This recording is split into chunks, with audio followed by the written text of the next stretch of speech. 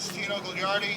I'm president of Local 802, the Associated Musicians of Greater New York of the American Federation of Musicians. We're here today to express our outrage and protest the expulsion of New York City Opera from its home at Lincoln Center. I'll be expounding on that a lot more later, but for now I'd like to introduce Catherine Malfitano, who's here to express her outrage as well. Catherine?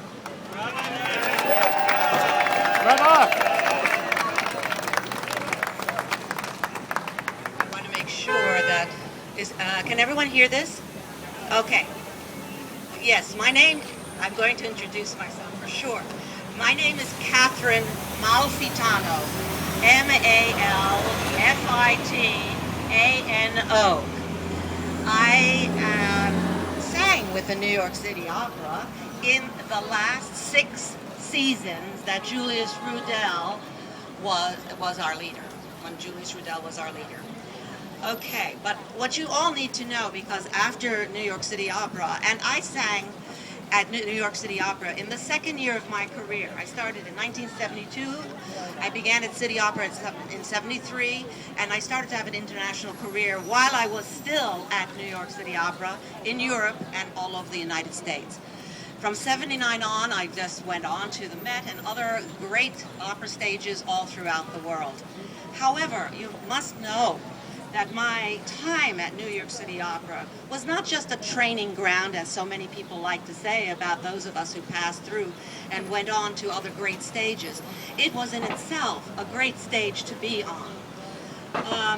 I also want you to know that I am a daughter of a father who was a member of Local 802.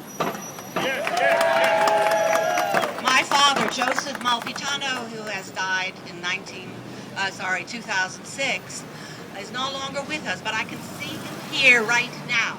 If he were here alive, he would be a part of this group because he fought with Local 802 in the negotiating committees at the Metropolitan to improve the status for the orchestra at the Met in the 60s and the 70s. So I am a daughter of a man like that, so I heard all about Local 802 all my childhood life. I am also the daughter of a mother who was a dancer at ABT and then at the Metropolitan Opera. So she was also a member of AGMA. And I have been a member of AGMA for almost 40 years. Next year, 40 years, a member of AGMA. I have here a statement from our beloved leader, Julius Rudel, who coincidentally came into leadership of this company in 1957 when the company was facing a rudderless leadership.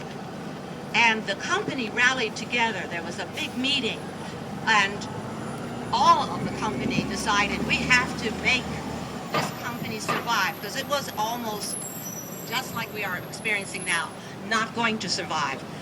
And the company decided that the young Julius Rudel should become their leader.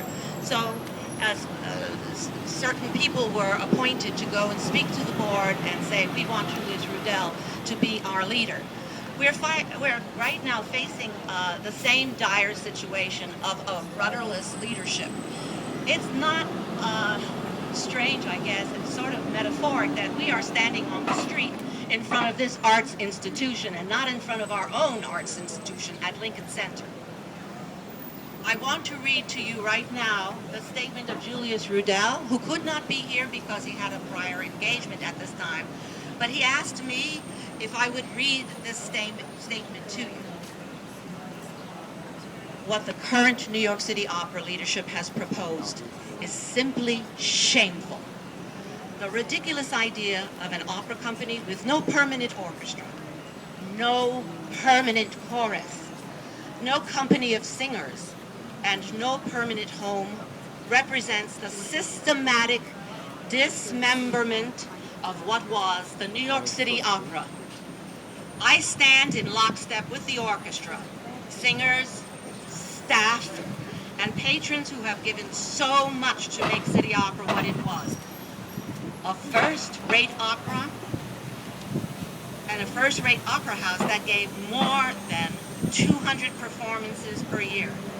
If the current management believes they have the vision of what an opera company should be, then let them play elsewhere. But they have no right to hijack the legacy, the traditions, and the name of the New York City Opera Company, which has meant so much to so many.